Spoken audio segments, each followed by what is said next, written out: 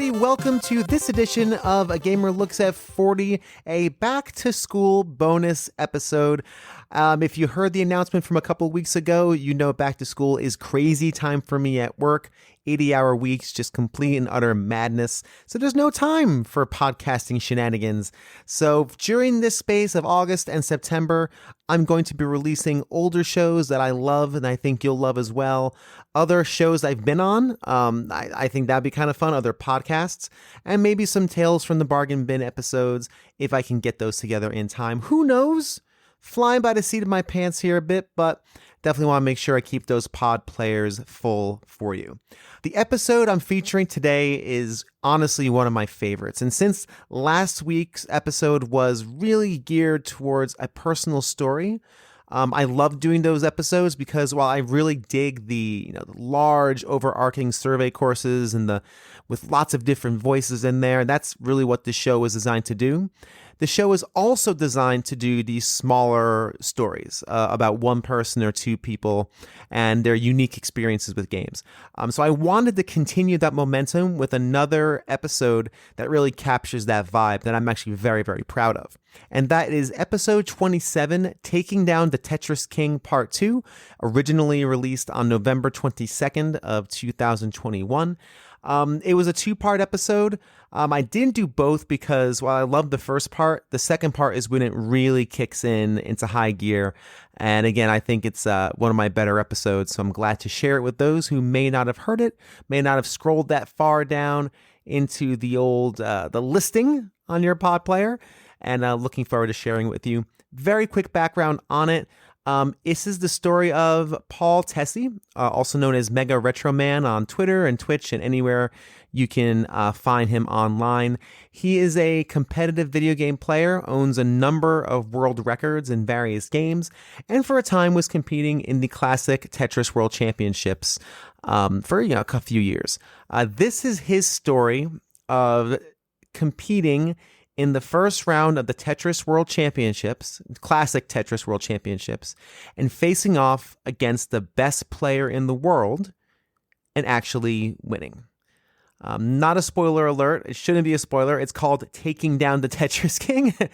And it's just his journey from actually going to the event to that amazing moment and the aftermath, which went to a place I didn't expect. And again, got to the root of some personal stuff. And I think it ended off on a really interesting note, more than just a play-by-play of the event itself. Enough talking from me, but before we continue, I do want to take a quick moment and thank my wonderful patrons. They include Pete Harney, Ryan Payne of the Gamers Week podcast, Dan of Retrologic, Seth Sergil of the All N podcast, Julian of Nerds Without Pants, Tim Knowles of The Elitist, and a brand new member of the digital family, BT_Gobbles. He not only signed up for Patreon, but he signed up at the $10 level, the family level. Not gonna lie, I kind of forgot I had that. I totally forgot I had that tier in my Patreon, but I'm glad I do. He not only is going to get all the perks and benefits of regular patronage, he is also going to executive produce one episode, whatever he wants, within reason, and I will be partnering with him on that. He is going to have the say on the show that I do pretty soon. So looking forward to partnering with Mr. BT Gobbles on that project, and I'm really looking forward to seeing what he has cooked up. I hope it's different, and I hope it's challenging. I want to be challenging this. Like, give me a good one. But I'm sure he will do exactly that. Thanks as always for checking out the show, and enjoy the episode.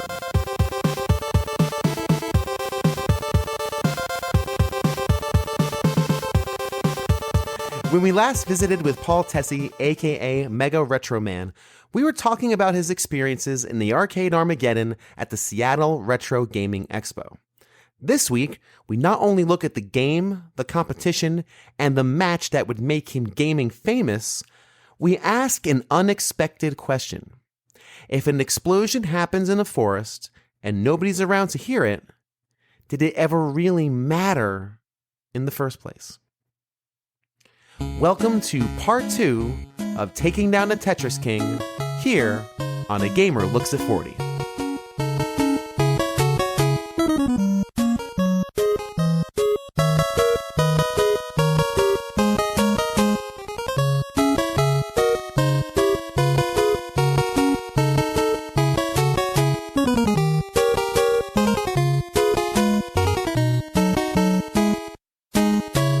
So yeah, let's kind of move forward. So 2016, you were saying you were involved with setting up and actually organizing the Armageddon. You were helping out with that with that process. Was that around the time when you started with playing Tetris, or were you doing that before? Tetris. Because what I want to kind of go on maybe is the road to your championship run at in 2019. At TCWC. Thank you. Sorry. No, CTWC. Acronyms are not my friend. That's okay. CTWC. Yeah. Okay. Let's see. So what was the first time you played? I mean, obviously you probably played Tetris early on. Yeah. And from what I understand, and please correct me if I'm wrong, competitive Tetris is done on NES Tetris. Is that correct? Yes. Okay. Yes. For the CTWC, they use NES Tetris. Right. A lot of my Tetris experience was done on Game Boy Tetris. Yeah, cool. The same here. Yeah, so but I never really played it to a level of competitiveness. It was just something just for me to just chill and play something. It was kind of like a cool down game. It's like, I'll play this just for kicks. If I top out, whatever. Let's see. When did I first try out for the CTWC? Not a lot of people know this because I try not to. I usually just say that I never did it, but I actually tried in 2014. The problem was I didn't know you could retry. I thought it was just you get one try and that's it. Okay. So I paid the entry fee and tried to play the game. They had it start at level 18, which at that time I was not familiar with starting at level 18. Wow. 18. I topped out almost immediately. Yeah. And I was just like, I was discouraged. Sure. So sure. I just up and left. Yeah. And pretend like it never happened. Yeah.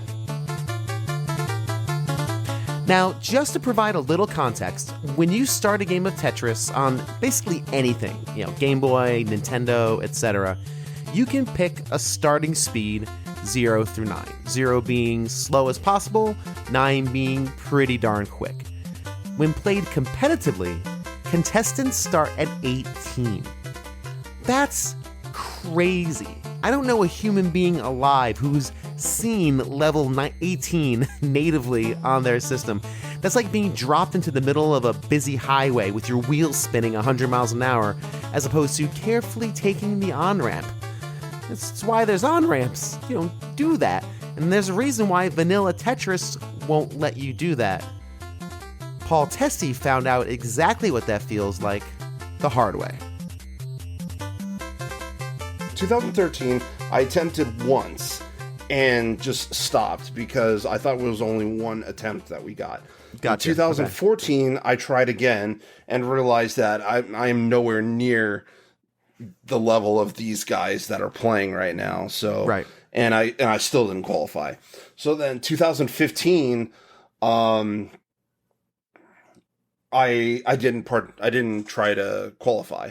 Okay, so you didn't. But okay. Yeah, but what happened from not participating in that was this was at the Portland Retro Gaming Expo where the CTWC is normally held live. I was in the middle of a 1990 NWC tournament. And, I was just in line, playing, this is for score. They kind of foobarred the tournament a bit by only setting it to like 5 minutes rather than the full 6 minutes and 21 seconds. Oh, weird. Okay. Yeah. Yeah. Yeah, they messed that up. So I had to play the game differently than what I was used to. At that time, I had ran into and met Thor Ackerland. Now, if you know who that is, he is the winner of the 1990 Nintendo World Championships back in 1990. I knew that name sounded familiar. Yeah, I remember. Yeah. I remember, like almost like yesterday. I remember seeing his face in Nintendo Power. Yes. Ackerland. Yep. Mm-hmm. Yeah. So I ended up running into and meeting him for the very first time. That's cool. How was that experience? Yeah. Oh, he was super chill. Cool. He was very nice. Very nice guy. Actually just reached out to him not long ago. Let's see. And so he and I were standing next to each other playing 1990 NWC, and I was just so starstruck that I just like totally forgot that I was playing. No, it's like, I don't care about this run.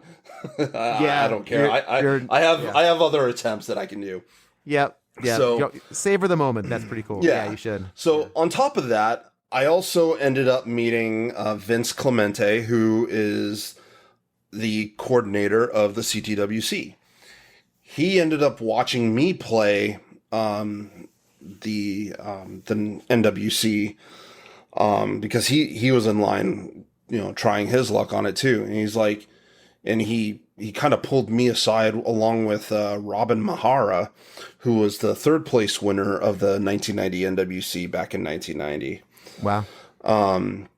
They both kind of pulled me aside and it's like, hey, you're not bad at Tetris. I'm like, oh, thank you. He's like, and they're like, are you competing in the CTWC this year? I'm like, no. No. He's like, really? Why not? You should. I'm like, no, that's okay. Didn't go well. No, I didn't even tell him that I tried previously. Sure not. Yeah, of course. I just told him I'm not ready for that. Right.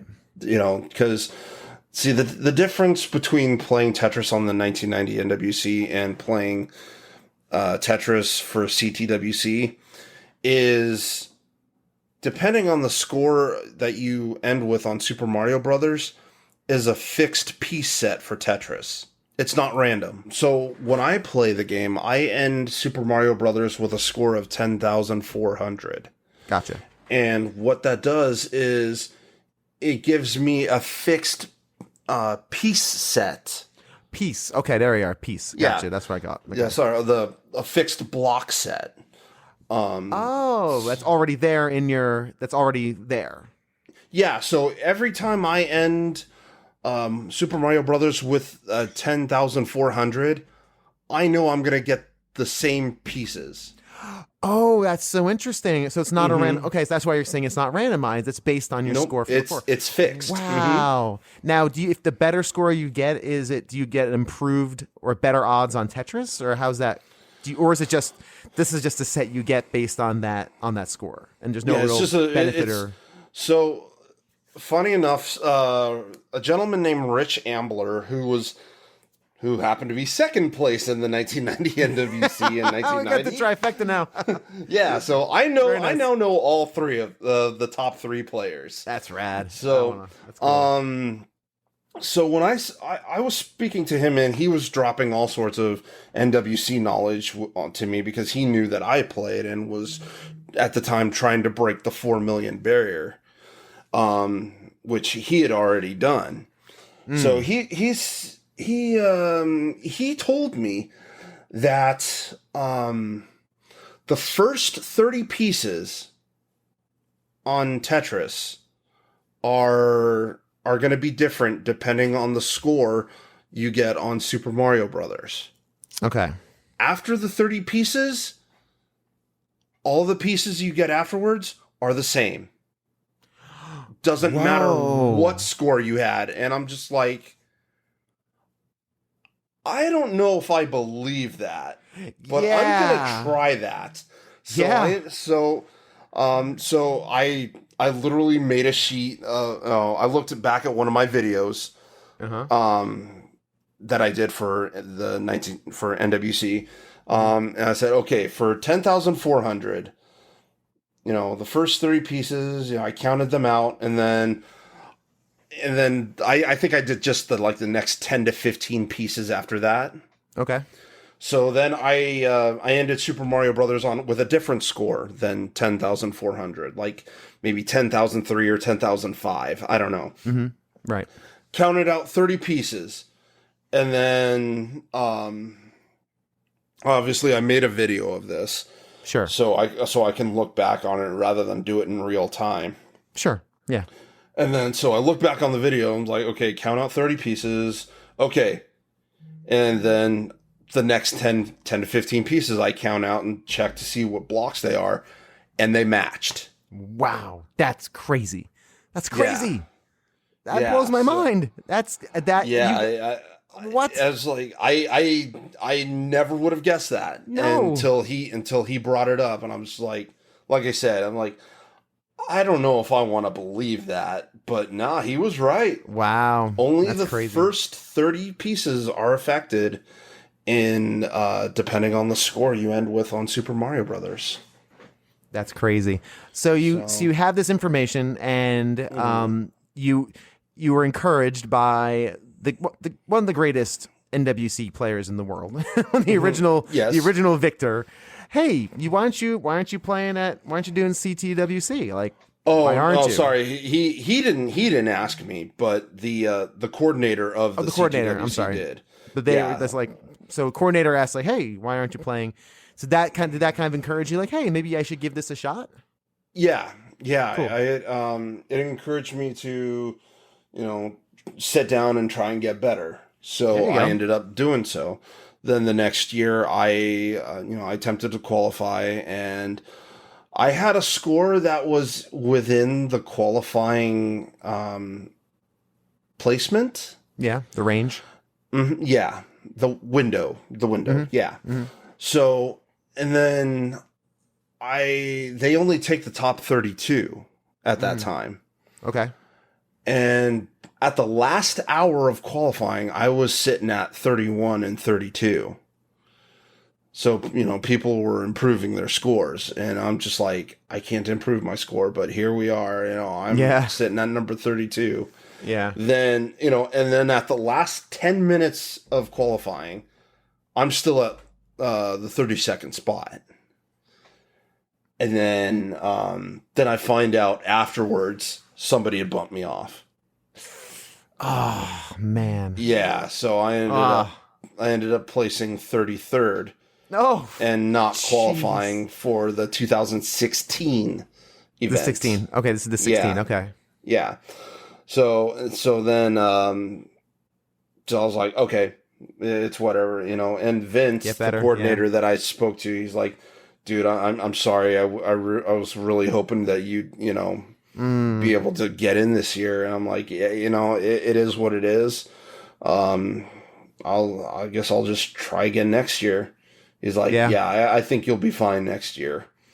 So the next year I ended up qualifying. I think I qualified at number 30 or 28. Nice. No, 30. It was number 30. Improvement. Because I ended up facing the third seed, and he wiped the floor with me. Yeah, so, it happens. But you're improving though. As you're moving forward every year, you're kind of getting better and better. Yes. Awesome. That's so cool. Yeah. So what was it 2000? That was 2017. Yeah, 2018 rolls around, and then they changed the rules a bit, and they what they did was they started using a fixed block set now. So what we would do is we would enter in a code. Me and my opponent, we would get the same piece sets. Interesting. Okay. Yeah. So we started doing that, which once now that I thought about it, I was like, that makes things so much more fair, rather than having to use our own Tetris cards. I agree with that. That's actually really good. Yeah, it's a level playing field. Yeah, exactly. And Yeah.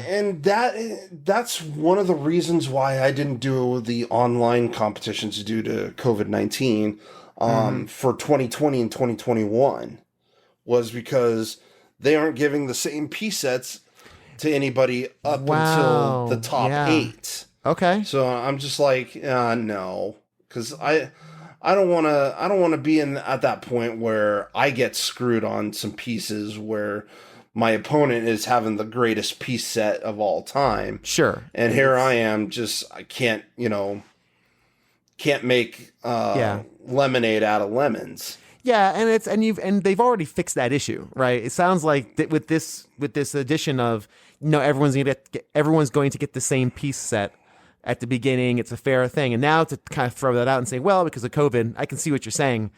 All Yeah, right, you're just because gonna have to turn your card in and just turn it on, hope for the best. Yeah, I can see that yeah, being yeah, kind of lame. that's unfortunately how it happened the last 2 years. But Yeah, COVID. so but so going back to 2018, we started using a fixed block set, which again that makes me very happy. That's a thing now. Yeah. So I ended up being in top 40, which I had to do a 0 round. Now, just so we have a little bit of context, I didn't know this going in, so I figured I'd share it with y'all. A 0 round is essentially a play-in round. Paul was in top 40, but he was not in the final 32, so he had to play an extra match just to make it into the main tournament bracket. Just a play-in round. Just want to make sure that was clear, as you'll hear that term a lot through the rest of the show, and a little Tetris music never hurt anybody. I ended up winning that match. That was my first CTWC victory. Nice. And then then the next round, I had to face a gentleman named Corion, or he goes by Corion. And I'd known about him for, since the year before. And he's the guy that brought in the hyper tapping method to Tetris, to competitive Tetris, which with my playstyle puts me at a huge disadvantage. Sure. So That has to do with the finger placement. Is that right? Because I've seen that in some of these things I've watched. It's how you attack the... Yeah, go ahead. Yeah, tighten up your thumb, your wrist, your arm, and just, you just shake vigorously on your hands. But I personally can't do that. Sure. I mean, I used to be able to at one point, but with the pains that I've dealt with in my hands and fingers, it's impossible for me to do it. Gotcha. Yeah. So was that the first year that was kind of introduced, that technique, and then 2016 was when it was introduced. Okay. So this is 2018 now, where you've played into their top 32. How did that go then? I lost both rounds. I won my 0 round against right. Kristen, who'd been in the tournament a few times. And then going against Corion, I was just like, okay, well, really the only thing I have to do is just keep up with the guy, which I did, the first round. And then at that time, my post 19 game was not all that strong. I mean, I can kind of do it, but it was not consistent. So I was just like, all right, I'm just going to have to hope for the best on this. So I ended up topping out at level 20 level 20. Okay. And then, I'm sorry. That was the second round. The first round I topped out early because I was greedy. Yeah, that I hate to admit that, but my play style in Tetris is very greedy. I will stack and stack and stack and keep that well open until I get a line. And since that year, it's just like, okay, I really need to stop that. So after that, I started playing a lot more often. at that point, I had a 900 something odd high score, like a very low 900,000 score. Mm-hmm. So I was on my way to maxing out the game for the first time. Okay. Which, you know, at that time, maxing out Tetris was kind of a big deal because very few people had done it. Mm-hmm. So, but yeah, then beginning of 2019, I ended up getting my first max out. And, Nice. Okay. Yeah. Very cool. So, and then between my first time and the 2019 event, I had maxed the game like 20 times. Wow. So you've really improved over a course of, gosh, like 3 years. You've really just been going hard at Tetris and maxing out just to make sure. It basically means you've exceeded. You've not quite beaten, because can you beat Tetris? Is that what maxing out would be akin to? Maxing out is basically capping the score at 999,999. Yeah. Okay. Gotcha. But now there's a Game Genie code to where you can uncap it, and the score will keep going into hexadecimals. Oh man, you have to know hexadecimal to figure out your score. My score is 1D77F. Actually, no, it not so much 1D, but you get the idea. Yeah. Usually, if we end up passing, you know, all nines, it'll say like A25322, you know, whatever. Yeah. And so that's where we're at now. But I didn't at that time. I didn't use the Game Genie code to figure out what my actual score would have been, right, if I had had it. I just kept it as a pure, you know, all nines. Yeah, man. So that's amazing. So 20 times is really, you're now getting extremely proficient. When we get to the 2019 CTWC, where did you place initially in that round of 32? Or it was 40 something at that point, right? Yeah, we ended up doing a 0 round again. Right. At the time, I had a number 30 seed. Okay. I think. So kind of right around where you've always been. Like, it seems like that's kind of where you landed on the last few of these. Okay. Yeah, I ended up qualifying with a score higher than I've ever qualified with. Yeah. Right. I mean, I qualified with like a 760,000. Impressive. But yeah, and it could have been higher. I do believe it could have been higher, because I had during my qualification time, you know, people could see me play during my qualification because it was streamed. Right. And so, you know, people would be like, "Oh my God, he's at a really good pace," blah blah blah blah blah. Which, yeah, I was. You know, there were times I had a really good pace. Let's see. Oh, I seeded 29th. Okay. Yeah. So, but yeah, I could have had. There were moments where I could have easily maxed my score and be in top 8. So, was that a conscious decision, like a tactical kind of thing? Like, hey, I'd like to come in a little of a higher seed, or I'm not sure what like a 28th, 29th, and that, or well, I guess that wouldn't be really a tactical advantage. I'm just curious. No, it was a conscious not choice? Tactical. No, okay. It was me playing. Like I said, it was me playing greedy. Yeah. Okay. So there you go. And trying nothing. Trying for nothing but Tetrises. Just swinging for home runs. I didn't. Yeah. Where I didn't need to. Right. You could have played more strategically. Okay. Oh yeah. I could have played much safer and still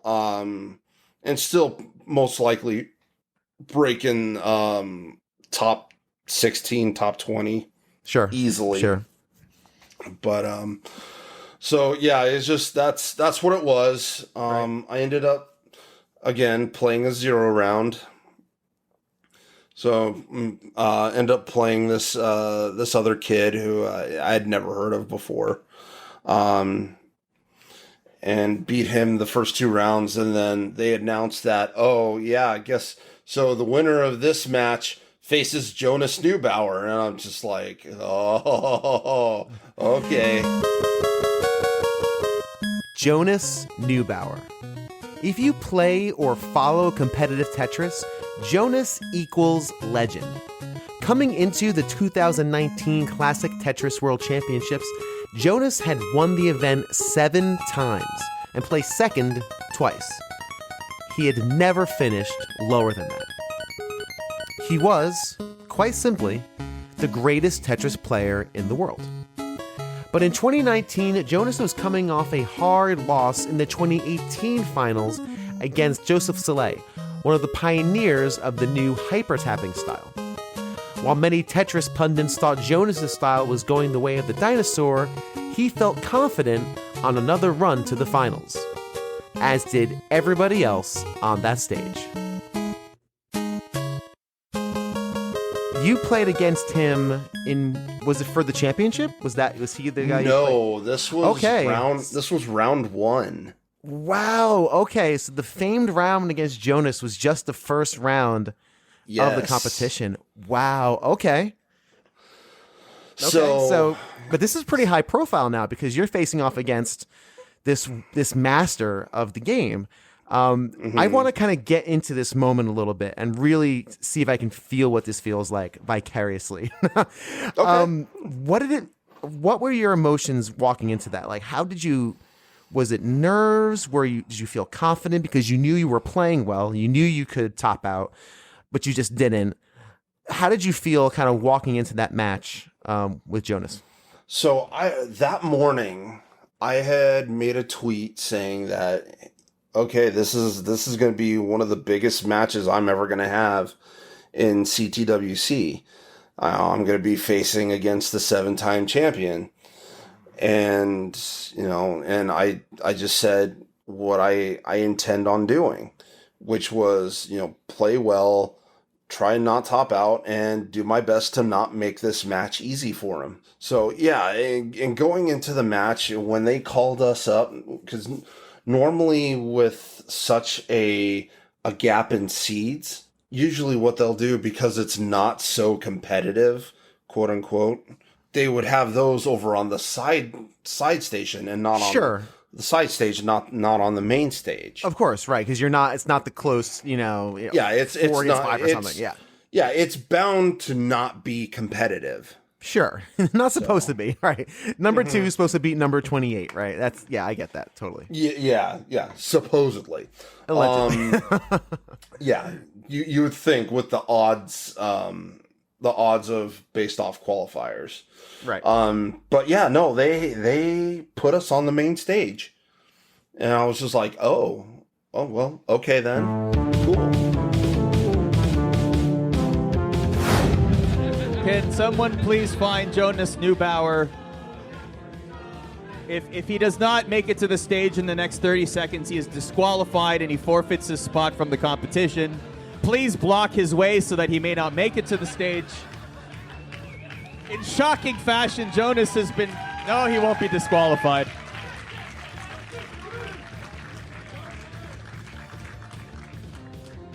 Casual hug there for Jonas and MegaRetroMan. May we remind you, however, that MegaRetroMan went into pro wrestling mode yesterday and called you out on stage after making it to this round. So you've got heat with him, sir.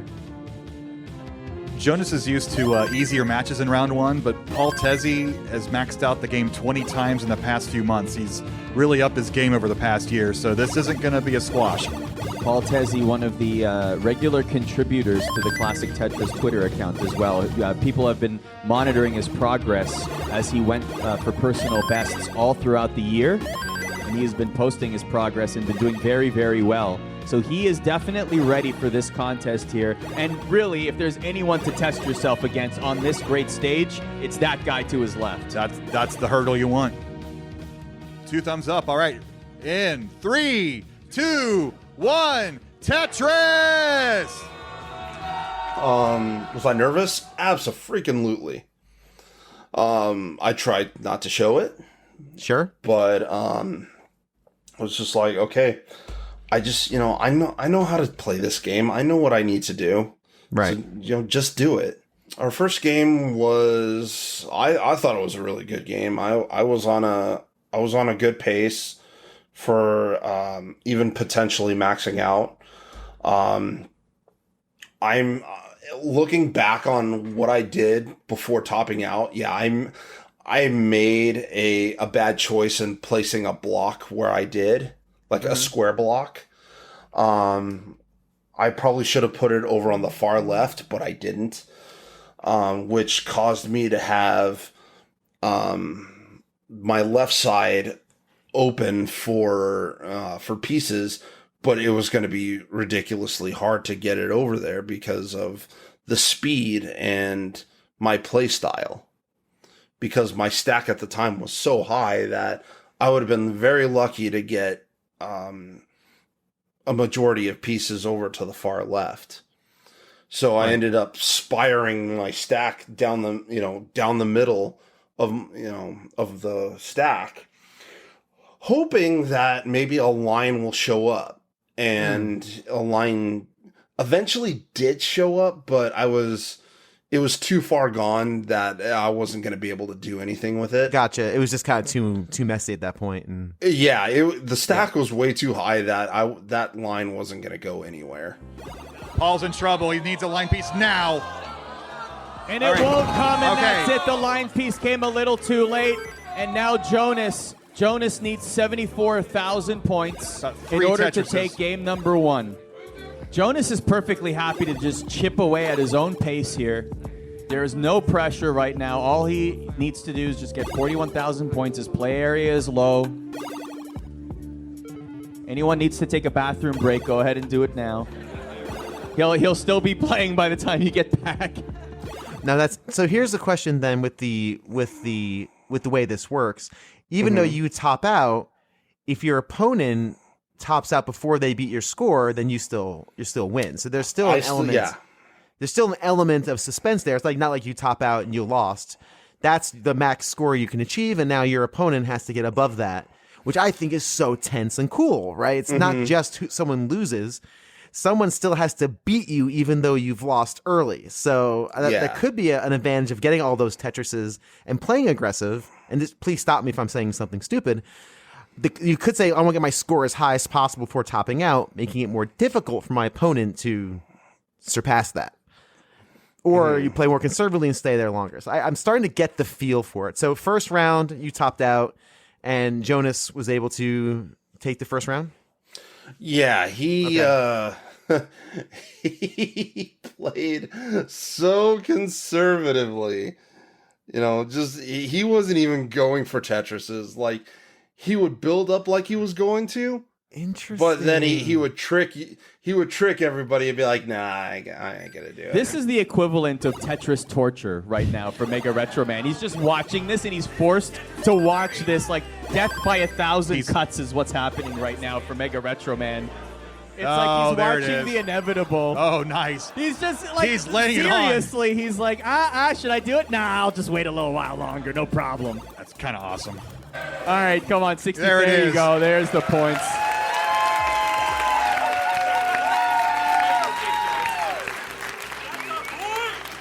I think Jonas set the record for the longest play after a top out ever at CTWC history there. Interesting. So do you think there was a little bit of hubris there? Like, kind of like, I'm not trying to cast shade on Jonas, of course, especially considering everything that's happened since. Obviously not. But I'm curious. I mean, because it is a lighter match, right? This is early in the round and maybe, early in the competition. This is an unexpected thing, right? So, yeah, interesting. Yeah. But he was playing conservatively.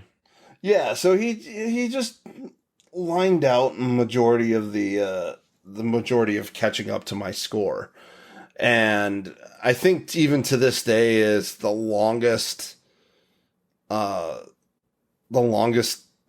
of time that anybody's had to catch up to a score just because of how conservative he was playing. Oh, interesting. Okay. So yeah, he wasn't going for Tetrises whatsoever. He just stuck with singles, doubles, and triples.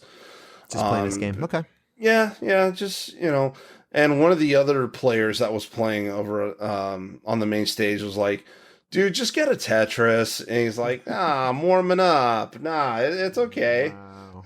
Huh, So, I'm just like, yeah, that's funny. So yeah, he eventually catches up to my score and takes that round. We start the next round. It's going okay. I jump ahead because he doesn't like to press down. I do. And what pressing down does is just makes the pieces go down faster. Right. And gives you some extra points. Oh, you do get extra on points top for of that. Yeah. kind of slamming them down. Okay. Yeah.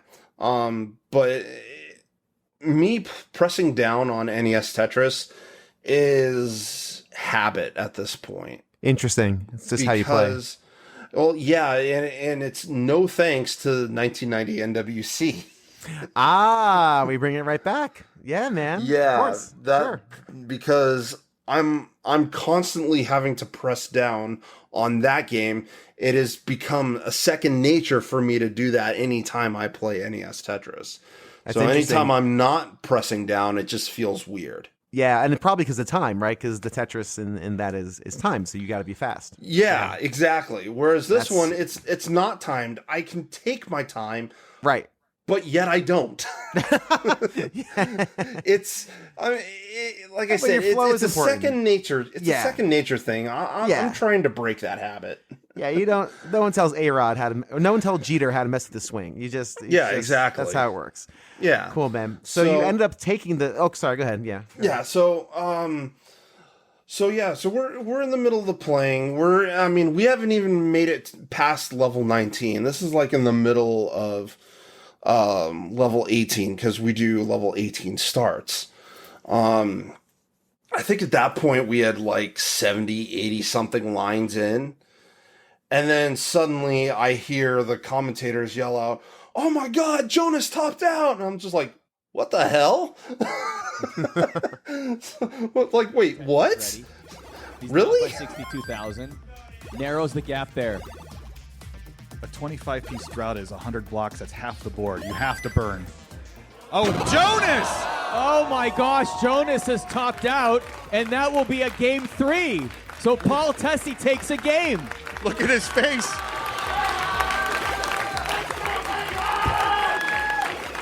And I have this look of shock. And, and when I could, I looked over at his screen, and sure enough, he topped out. And I'm just like, oh my God, I was given a freebie by the 7-time champion. Oh my God. And you can hear the commentators? Yes. Yeah. Oh yeah. Yeah, I can hear them. Wow. Okay. I was curious about that. Like, can you actually hear them? Yep, I can hear them. Now, was this the second? Sorry, was this the second? Oh, sorry. Go ahead. Sorry. Sorry. So that was one of the fun things about doing it, because one of the commentators is a good friend of mine, and during that first round where I topped out first, because I was doing so well that first game, going into level 19 with a really good score at the time. He's just like, Paul is playing the game of his life against the greatest player. No pressure, dude. I yell out, "Thank you." He's like, "You're welcome." And this is game 2, right? Is this what we're? That was game 1, but game 2. You topped out early, and you were able to. And my score was already ahead of his, so I didn't have to do anything. I could just stop playing and call it good.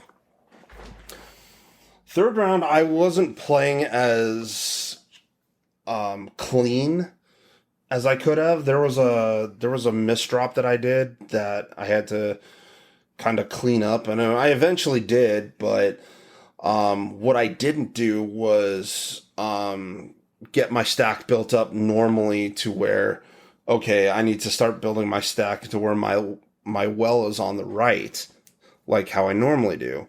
But it just, the pieces that I was getting just ended up not being ideal, and therefore creating just a giant mess on my board with lots of holes in the lower half of my board. So, it just kind of looks like Swiss cheese. So I'm just like, okay, then, this kind of sucks. And I know we're getting to the point where, 19 is going to be coming around. Right. I'm not paying attention to how many lines we have at the moment, but, cause I'm focusing on my board, which is it's an absolute disaster. Yeah. Shambles.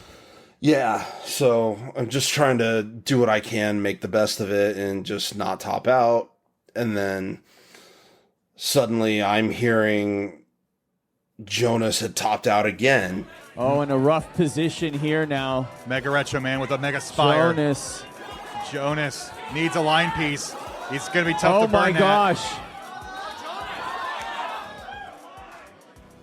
Jonas flirting with fire needs right a now. Line piece. Needing a line piece desperately. And that is it. Oh my gosh. It's not over yet. Oh my word.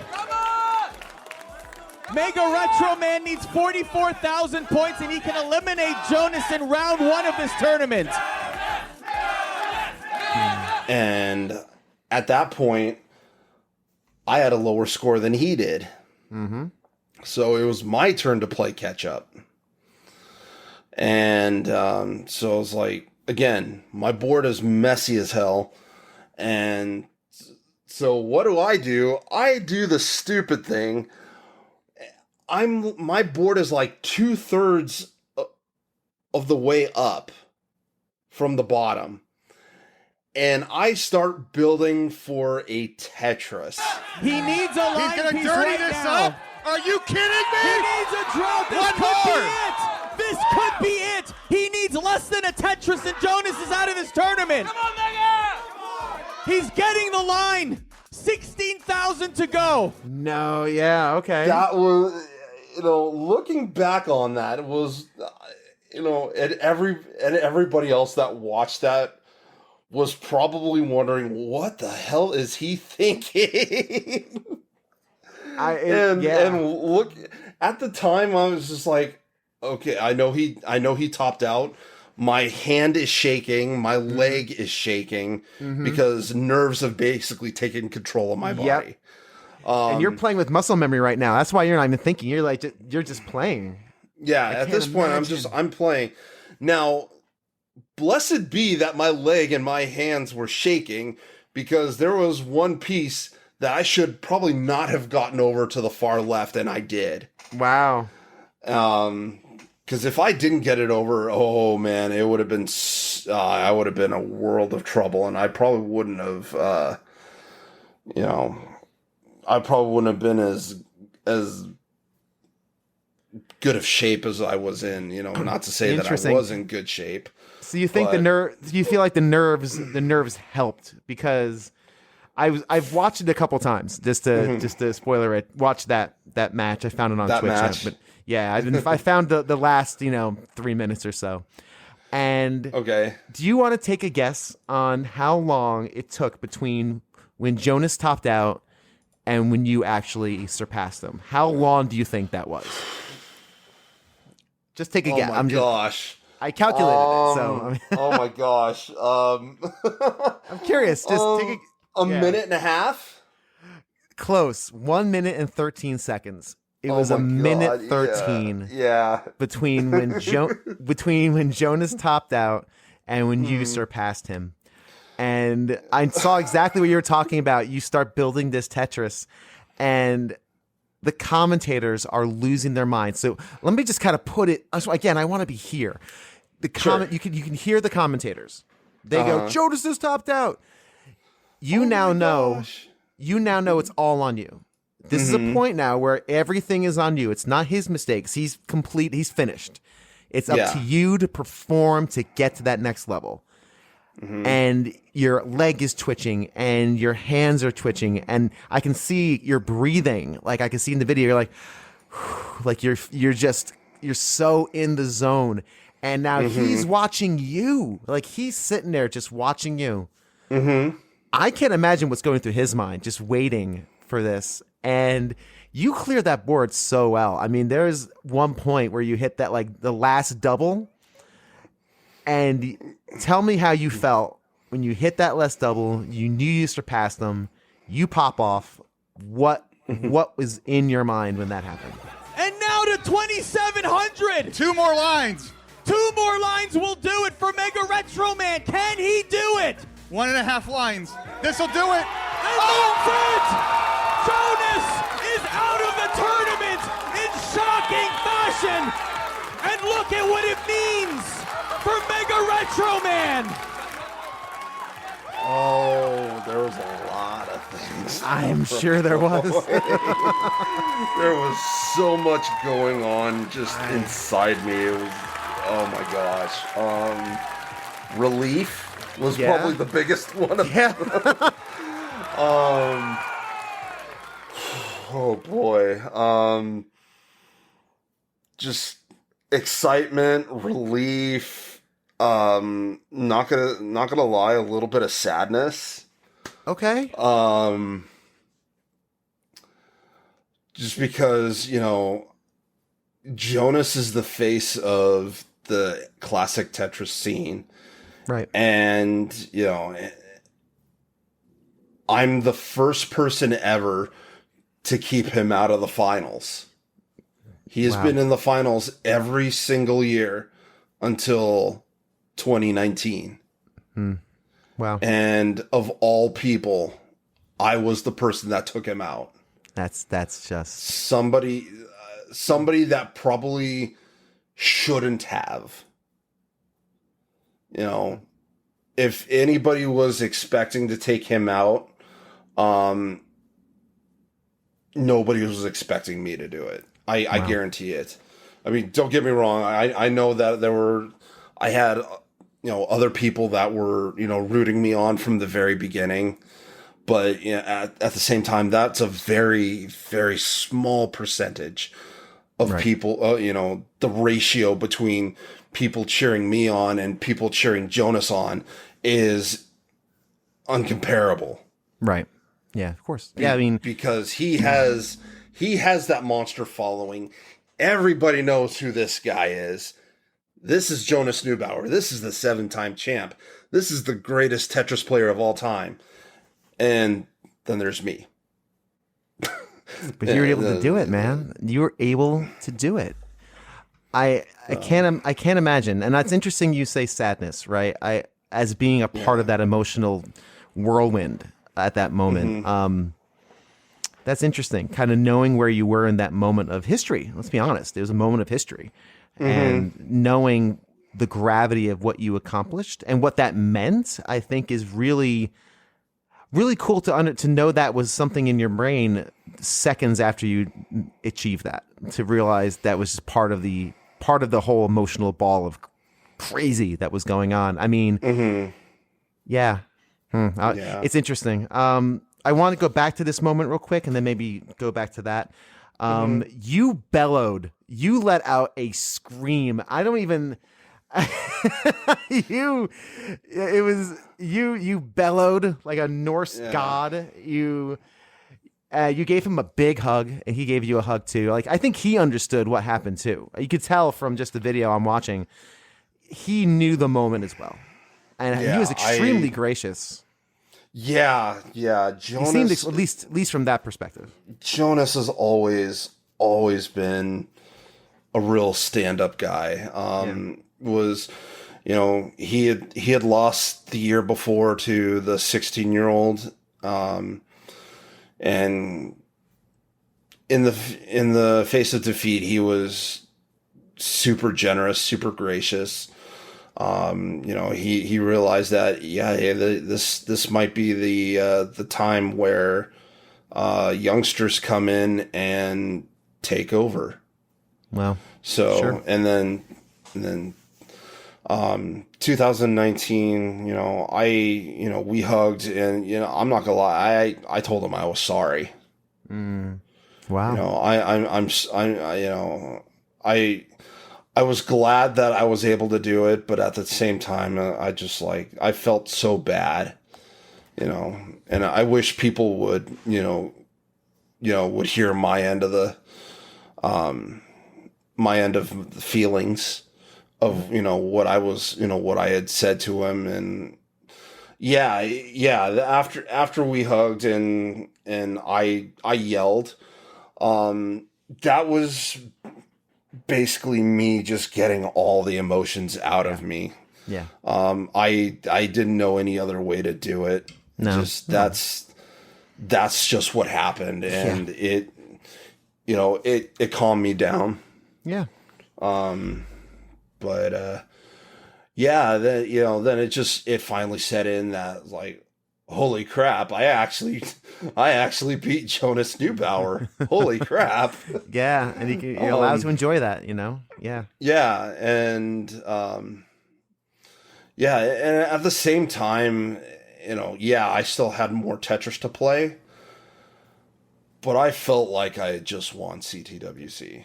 An unbelievable turn of events, but well-deserved for someone who has grinded the game all year long. And it is Paul Tesi, MegaRetroMan, who moves on in the tournament and eliminates perhaps the greatest classic Tetris player of all time in Jonas Neubauer. Wow! I do want to go back to did you stay in contact with Jonas after that? Did y'all get to know him at all, or was that kind of your only interaction? Yeah, we talked here and there. Okay. It wasn't like a daily thing, a weekly thing. It was just he had his own thing going on, and I have my own stuff going on. But every now and again, I'd jump in on his streams and say, "Hey, man, how you doing? How are things?" And then everybody, I come in, everybody, and I say something, everybody's like, oh, the Jonas Slayer's here. and that's what I was for a full year. I was I can imagine. the Jonas Slayer. I was the King Slayer, the Monster Slayer, etc., etc. How did that make you feel? How did that make you feel when you walk into a stream of his, here comes the Jonas Slayer? How did that make you feel?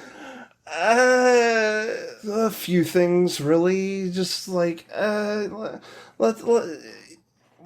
of it was, all right, let's not call me that here on his stream, okay? Yeah, I can see that. I mean, it feels a little disrespectful to him.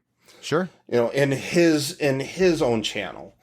I mean, right. if you guys come and do that to on my channel and be like, it's the Jonas Slayer, hey, I'll just be like, hey, how you doing? Right, and just disregard it. And I mean, and there's that little hint of being powerful. Sure. Yeah. Just like, be like, the little hint of ego, and just like, yep, that's me. Yeah, I was the guy. We're human beings, that is always going to be a piece of it, right? And then the reason I ask it, I'm not trying to make it like a leading question, because just in talking with you for the last 2 hours, and thank you for going so long. I mean, this story is incredible, and I'm not stopping this until you tell me to stop. Dude, I'm fine. I've got all night. Cool, awesome, brother. Thank you. What I think is, in talking to you, and especially hearing how you've treated your friends in the past who were playing, and your heart for helping others play, I can't imagine you walking into his stream looking for the Jonas Slayer, moniker, right? I can't imagine that. But I do think it's interesting that you're acknowledging, it is a little cool to hear that, right? The ego feels good, but underlying it's this kind of like, all right, y'all, we know what happened. At least that's what I'm getting from kind of what we're talking about. I mean, it was going to happen regardless. Sure.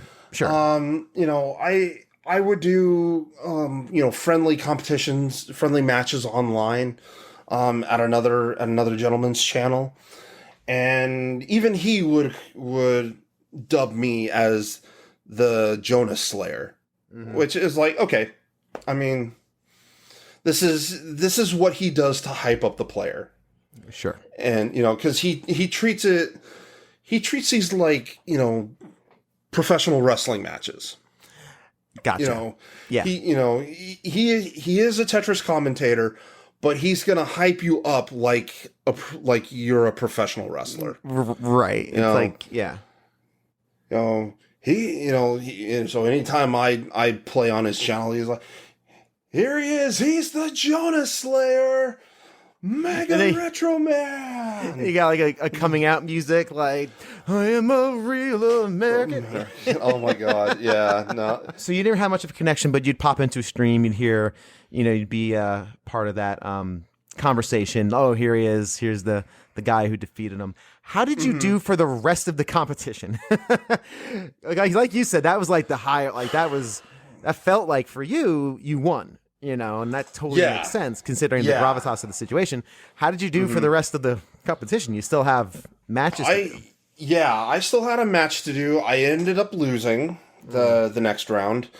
The first round, or the first match game, whatever, I was on a tear that game. That game went really well. But like I had mentioned before about my play style, I play pretty greedy. And that's exactly what my downfall for that match was. I want to say I misshift. I did a misshift on a piece. And so it kind of put things in a bad spot, and I didn't really recover. And on top of that, my fingers were hurting quite a bit. So I couldn't, it hurt to the point where I couldn't really move pieces anymore. Wow. Yeah, that's kind of what's interesting. And that's another reason why I didn't do the online tournaments as well. Sure. Was because I was giving my fingers and my hands a rest, because there was a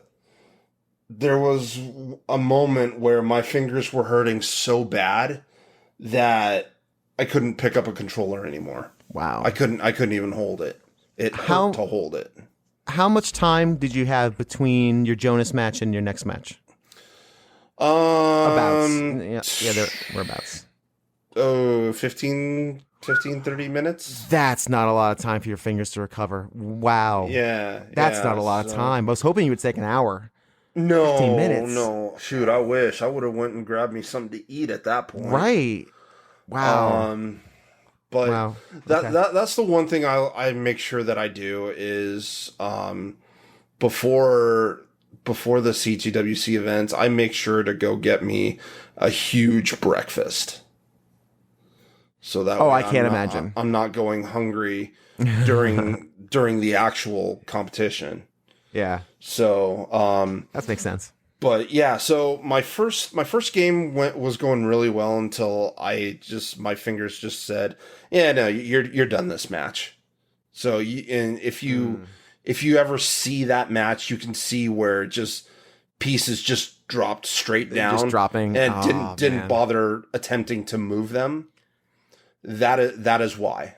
That is what happened. And I just want to pause on that for a moment, because I think that's a piece of this, of even just esports in general, that people don't realize is a thing until you hear that kind of story where your fingers just failed you because you're tired, right? Because you're just physically exhausted. There is a physical component to this stuff. Like sitting there at attention, focused 100% on executing in a game, and your fingers and doing these very precise small movements has to be just exhausting and draining. So it's very interesting to hear that's kind of why you kind of bowed out in that next round, just for physical reasons, really. Like you said, that makes perfect sense. man, my fingers are just tired. And people don't talk about that when they talk about esports. It's people sitting around playing video games. Well, no, these things are endurance tests. So that's interesting. Huh, that's a component. Yeah. So, and then the next game, that was just me being just stupid greedy, and I stacked too high and I topped out. I have no other way of explaining it other than it's not because, I couldn't move pieces. No, I just got greedy. Fair enough. That's there's nothing else to it. Right. I just made stupid choices and not burn my stack when I should have. Yeah, that's all. Hey, but it happens. And that ended my 2019 run.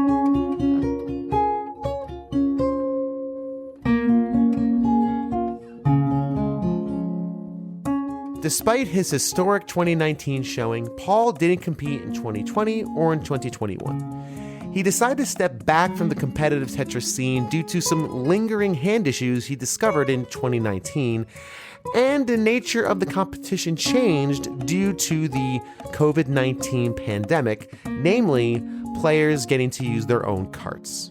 In short, Paul needed a break.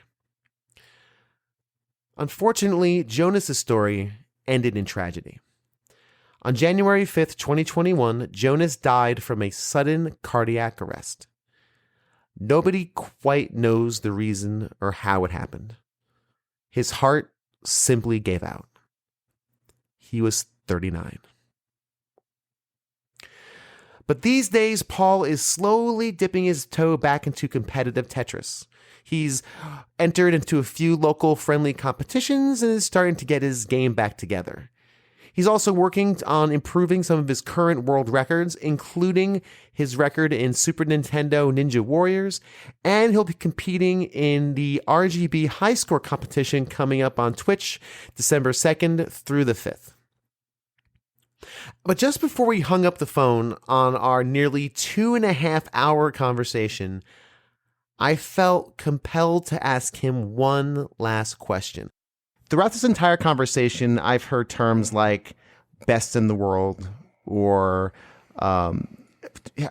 world record holder for a certain amount of time. When you hear the term best in the world and you know it's associated with something you've accomplished, what does that bring to you? What sort of emotion does that stir up when you hear best in the world at XYZ or champion? What does that make you feel like? It's cool. Knowing that, like, my best friend and I were talking one night, and after I had what did I do? I just hit 5 million on the 1990 Nintendo World Championships. Not the first person to ever do it. And he and I were talking on the phone while I was on my way to work, and he had asked me, so what does it feel like to be the best in the world at this? And, I was like, I mean, it's cool, but, this is kind of a niche following, I guess. This is not something, this achievement, as much as I would love to see it spread out on gaming articles, hey, this achievement was just done. This is the first person to have ever done it. This is a big thing.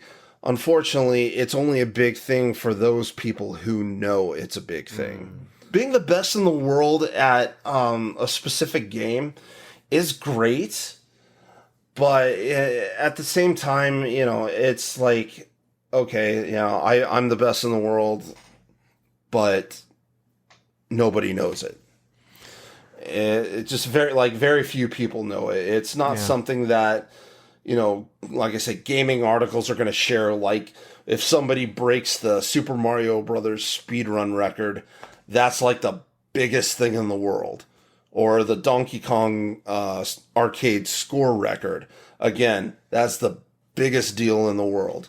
there's a very few number of game titles where they'll be like, oh my God, this is actually a really big deal.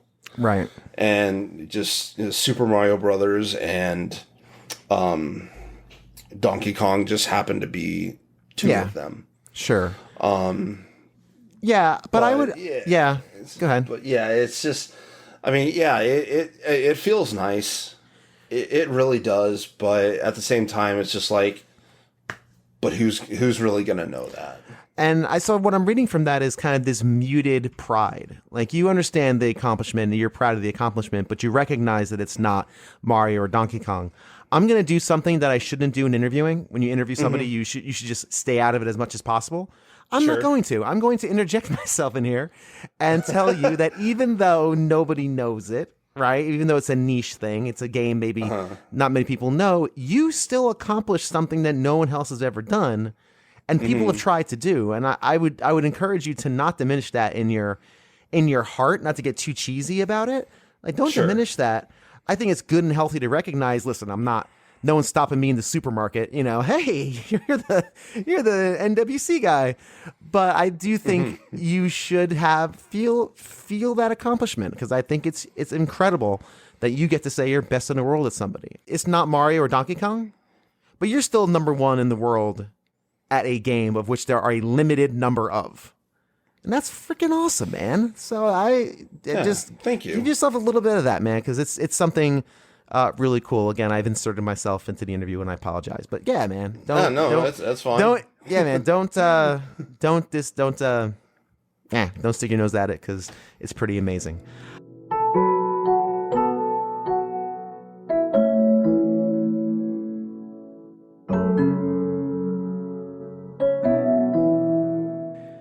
We have been on quite the journey, haven't we?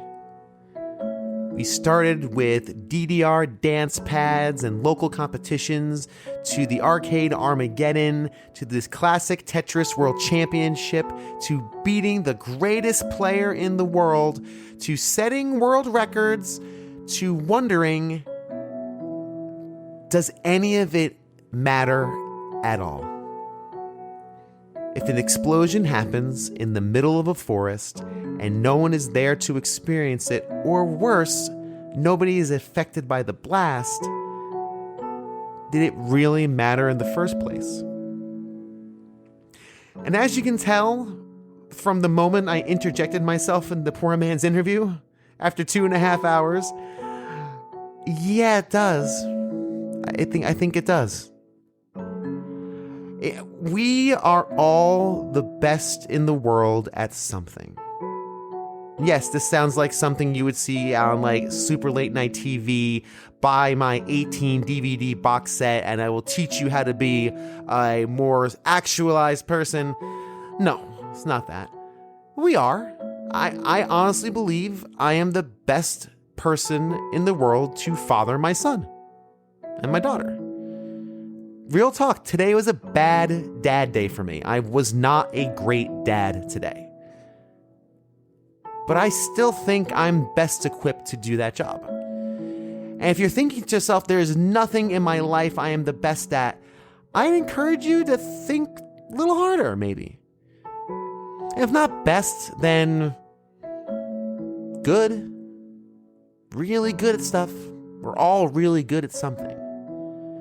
And just like Paul, with his world records and his accomplishments, and just like he shouldn't feel ashamed for feeling good about those things, let's take some time this week to just look back on that a bit.